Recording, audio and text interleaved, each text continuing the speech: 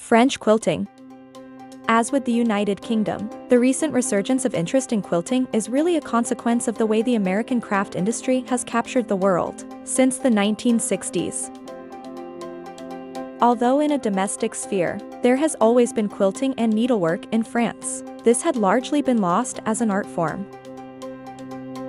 The holding of a major exhibition in the 1970s, which captured the imagination of many Parisians, and the opening of a quilting and patchwork shop in the center of Paris was the beginning of a new life for quilting in France.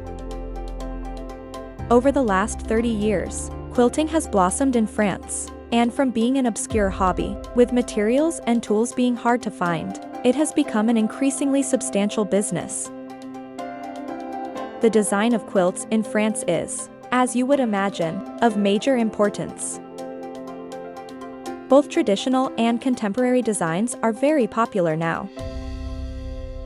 Small and very intricately worked pieces have a particular beauty and are highly regarded. The appliqué work, particularly the Baltimore style, and the patchwork form are really the most popular here. The matelissage type of quilting is really popular. This uses a whole piece of fabric with the quilting lines drawn on, and then put together with a plain backing piece and central padding, and held taut on a frame for the stitching. The top fabric might be silk or finely woven and printed cotton. The design markings are followed with a simple running stitch, but very finely sewn. The patterns are simple, taken one by one, but the pieces are very densely sewn, so the end product is very rich and heavily worked. These make wonderful bed coverings, and the style is used for cheaper manufactured pieces, which have now gained a huge market across Europe. There is a major annual festival, now in its 10th year, which succeeds in enticing over 17,000 people from all over the world. Over 800 quilts were exhibited at the most recent show, so you can see how seriously the French are now taking quilting.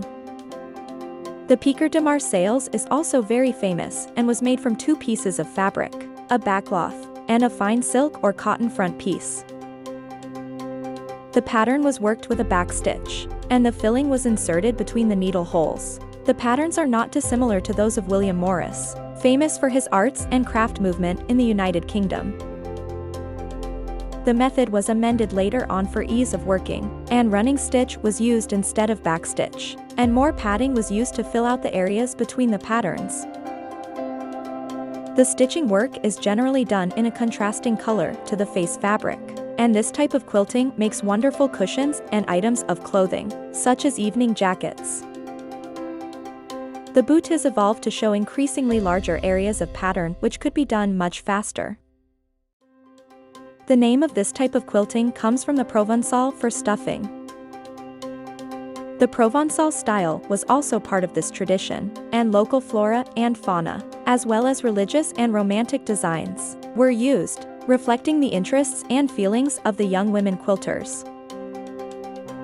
Later on, predominantly white cotton was used, and these beautiful pieces are famous for being as wonderful on the back of the fabric as on the face.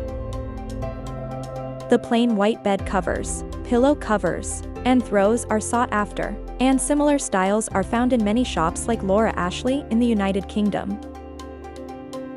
The style was also used for baby clothes and cot covers. The style, although without the padding, has also become a classic for good quality underwear. Sadly, this style of work is less common these days, but fashion trends can always surprise you, and it may be that it is making a comeback.